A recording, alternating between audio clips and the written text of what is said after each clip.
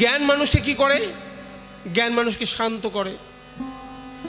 আর অজ্ঞানতা কি করে? মানুষকে উদ্বিগ্ন করে তোলে। যে ছাত্র বা শিষ্য গুরু আদেশ পালন করেছে সে কখনোই বিফল হয়নি। আর এই অদৃষ্টতেও তিনি বলছেন সৎকর্মীর কখনো অকল্যাণ হয় না। আর তার দর্শন পেতে গেলে সর্বদাই ওই নাম ধ্যান করতে হবে। উষায় নেশায় মন্ত্র সাধন, চলাফেরায় জপ, যথাসময় ইষ্ট নির্দেশ, মূর্ত করাই তপ।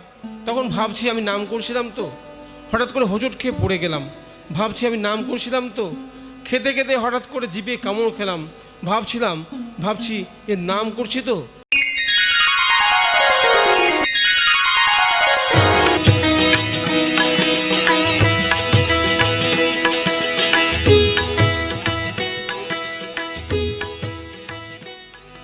পরম দয়াল ঠাকুরের চরণে আমার অন্তরের অন্তঃস্থল থেকে প্রণাম নিবেদন করি। এই দমদমের প্রতি বছরই উৎসব হয় এবং এই উৎসবে আমরা আসি এবং আমাদের জীবনের যে খোরাক, সেই খোরাক নেবার জন্য আমরা এখানে আসি। আজকের বিষয়বস্তু খুব কঠিন, অদৃষ্ট। বলছে অদৃষ্ট ফুরালে তোমার অদৃষ্টও নেই, আবার দর্শনও নেই। অদৃষ্ট কতটা? তোমার জ্ঞান এবং দর্শনের পাল্লা যতটুকু, ঠিক তার আগেই। যা দেখতে পাচ্ছ না, জানতে পারছো না, তাই অদৃষ্ট। তিনি বলছেন যে একমাত্র পরমপিতার ইচ্ছাই অদৃষ্ট। আর পরমপিতার ইচ্ছা মাফিক যদি আমরা চলি, তাহলে অদৃষ্ট আমাকে কিছুই করতে পারবে না। বলছে তার ইচ্ছা ছাড়া একটা অদৃষ্ট ফদৃষ্ট বানিয়ে নিজেকে ব্যাকুব বানিয়ে বসো না। আমরা কপালে নেই বলে আমরা ব্যাকুব হয়ে আছি। কপালে নেই, অদৃষ্টে নাই, কিন্তু পরমপিতার ইচ্ছাই অদৃষ্ট। তোমার ইচ্ছাই মঙ্গল, তোমার ইচ্ছা আমার মধ্যে পূর্ণ করো। আর চলো তেমনি। আজকে আমাদের চলাটা যদি ইষ্ট মাফিক হয়, অদৃষ্ট আমাদের ছুঁতে পারবে না। তাই আমাদের জ্ঞান দরকার। জ্ঞান মানুষকে কি করে? জ্ঞান মানুষকে শান্ত করে। আর অজ্ঞানতা কি করে? মানুষকে উদ্বিগ্ন করে তোলে। তো যদি আমার জ্ঞান থাকে, তাহলে তো আমি বুঝবো যে আমার পরমপিতার ইচ্ছা মতনই চলা উচিত। এই জ্ঞানটা কোথা থেকে আসবে? ঠাকুর বলছেন যে জন্ম দিতে লাগেই যেমন মায়ের পিতার উপরতি, জ্ঞান গজাতেও ব্যক্তিত্বেরও ইষ্টে লাগে অনুগতি। ওই ইষ্টের অনুগতি না হলে কিন্তু জ্ঞান বাড়বে না। আবার বলছেন অনুভূতির দ্বারা যা জানা যায় তাই জ্ঞান। তাহলে আমাদের এই জ্ঞান লাভ করতে গেলে একমাত্র পরমপিতার যে সংস্কার, সেই সংস্কার কিন্তু আমাদের মধ্যে একদম অভ্যস্ত করে দিতে হবে। তিনি যেমন যেমন আমাদেরকে বলেছেন তেমন তেমন আমাদের চলতে হবে। ঠিক শিষ্য চ্যাপ্টারে যেভাবে তিনি আমাদেরকে বলেছেন যে শিষ্যের কর্তব্য গুরুর আদেশ কার্যে পরিণত করা। যখন তিনি যা বলে দেবেন তাই করতে হবে, বিনা আপত্তিতে, বিনা ওজরে, বরং পরম আনন্দে। যে ছাত্র বা শিষ্য গুরু আদেশ পালন করেছে সে কখনোই বিফল হয়নি। আর এই অদৃষ্টতেও তিনি বলছেন সৎকর্মীর কখনো অকল্যাণ হয় না, একদিন আগে আর পাছে। তাই পরমপিতার কাজ যারা করে তাদেরকে অদৃষ্ট ছুঁতে পারে না। সময় খুব কম, তাই আমি খুব কম সময়ের মধ্যে চেষ্টা করছি। তাই যারা তার কাজ করে তিনি যে তাদের দিকে লক্ষ্য রাখেন, অর্থাৎ অদৃষ্ট যে তাদের কিছু করতে পারে না, তার অনেক অনেক অনেক উদাহরণ আছে। আমি একটা উদাহরণ বলে শেষ করে দেবো। যেহেতু আমাদের এখানে আছেন আমাদের পরম সম্পদ নারায়ণ বন্দ্যোপাধ্যায়, তার কথা শুনতেই আমরা আসি। এখানে আরও একজন স্বনামধন্য বক্তা আছেন বিশ্বনাথ ভৌমিক, আমি তার কথাও খুব পছন্দ করি এবং শুনি, তাই আমি বেশি দীর্ঘায়িত করব না। তো আমাদের আপনারা শুনে থাকবেন যে সুরেন বিশ্বাস ঠাকুরের অত্যন্ত ভক্ত ছিলেন। তিনি একটা বড় অর্ডার পেয়েছেন ব্যবসার, তাই কলকাতায় আসবেন বলে ট্রেনে উঠেছেন। ট্রেনে টিকিট কাটছেন। টিকিট যখন কাটতে যাচ্ছেন তখন একটা আওয়াজ পেলেন, এই শুনেন, যাস কোথায়?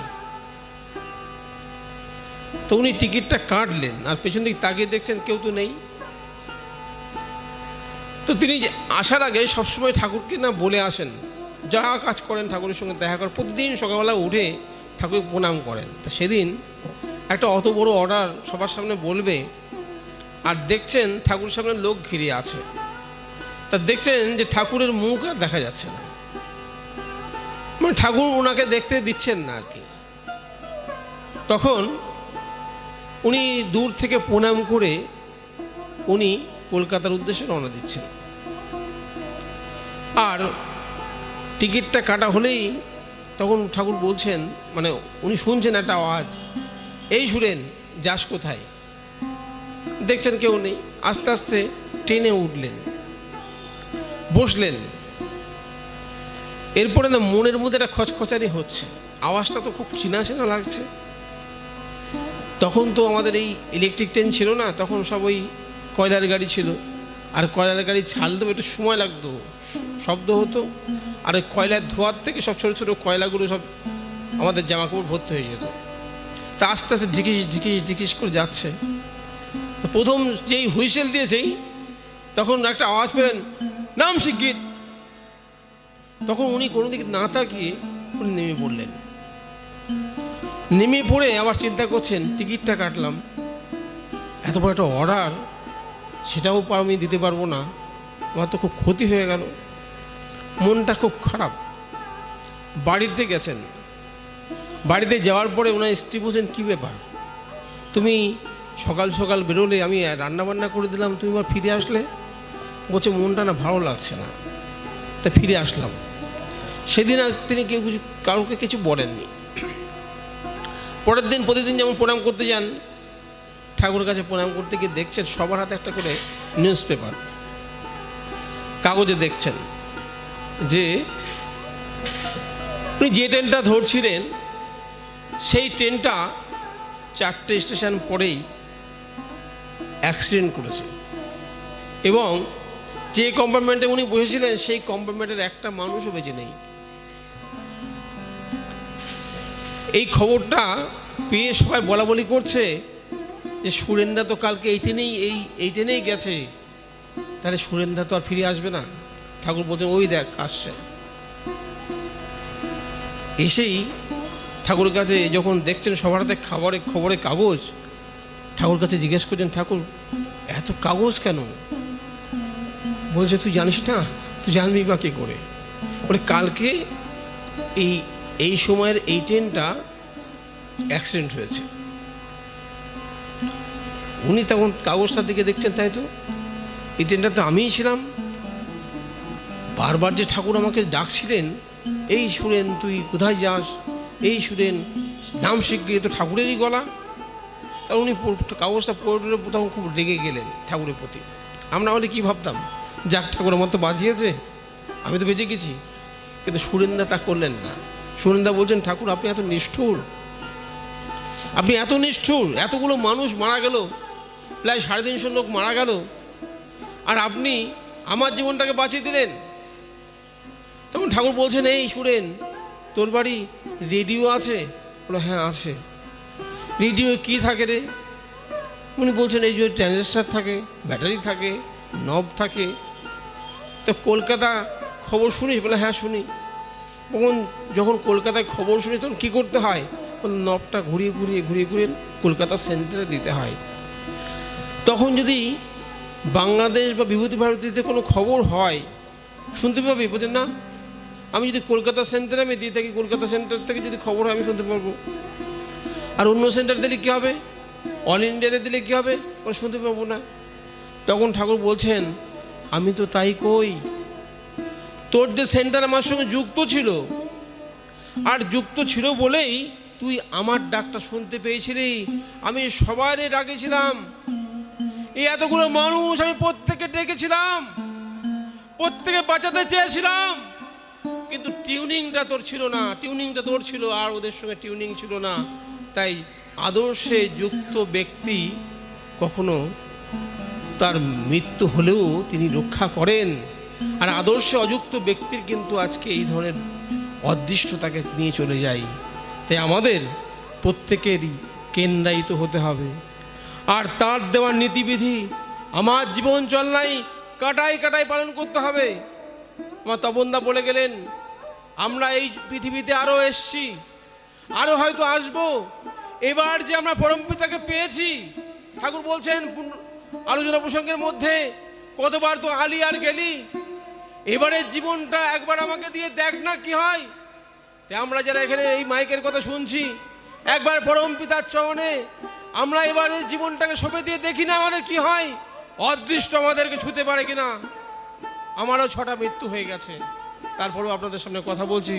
একমাত্র এই পরম পুরুষ শ্রী ঠাকুর মুকুচন্দ্র প্রত্যেক বাড়ি কেমন কোলে করে নিয়ে বাঁচিয়ে দেন, অবাক হয়ে যাই। কিছুই করি নে, তাই তার দয়ার সীমার অন্ত নাই। আর যদি আমরা করি তাহলে তিনি কি না করে দিতে পারেন। তাই অদৃষ্ট তখনই আমাদের কাছে সরে যাবেন যখন আমরা ওই তার দর্শন সবসময় পেতে পারি। আর তার দর্শন পেতে গেলে সর্বদাই ওই নাম ধ্যান করতে হবে। নাম ধ্যানের মধ্যে দিয়ে তার টিউনিংটা ঠিক থাকবে। প্রতিটা মুহূর্তে তিনি বলছেন, উষায় নিশায় মন্ত্র সাধন, চলাফেরায় জপ, যথাসময় ইষ্ট নির্দেশ, মূর্ত করাই তপ। এ কথা ভুললে চলবে না। উষা এবং নিশায় তার জপ করতে হয়, তার সাধন করতে হবে, মন্ত্র সাধন করতে হবে। আর চলাফেরায় 24টা ঘন্টা যেন আমাদের মনে থাকে। আমাদের চাকদার প্রবোধদা ছিলেন, প্রবোধদা বলতেন যে হঠাৎ করে রাত্রি ঘুম ভেঙে গেল, তখন ভাবছি আমি নাম করছিলাম তো, হঠাৎ করে হোঁচট খেয়ে পড়ে গেলাম, ভাবছি আমি নাম করছিলাম তো, খেতে খেতে হঠাৎ করে জিভে কামড় খেলাম, ভাবছি যে নাম করছি তো। এইরকমভাবে আমাদের অভ্যস্ত করে তুলতে হবে। এই নামময় হয়ে যদি থাকি, তার সঙ্গে আমাদের এই টিউনিং থাকবে, কোনো অদৃষ্ট আমাদের জীবনে কিছু করতে পারবে না। সবাই ভালো থাকবেন, সুস্থ থাকবেন, নিরোগ জীবনের অধিকারী হয়ে উঠবেন এবং অমৃতময় জীবন লাভ করবেন। জয় গুরু, বন্দে পুরুষোত্তমম।